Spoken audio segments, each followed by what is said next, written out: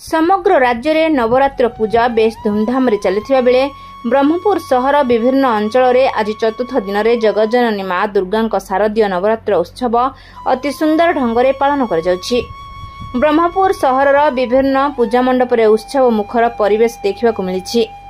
जगत जननी माँ दुर्गा मुर्मय मूर्ति पूजा पाउथबा बेले सुंदर मेढ़ सांगकु रंग बिरंगर आलोक रे ब्रह्मपुर सहरटी सौंदर्य रे भरी उठुछि।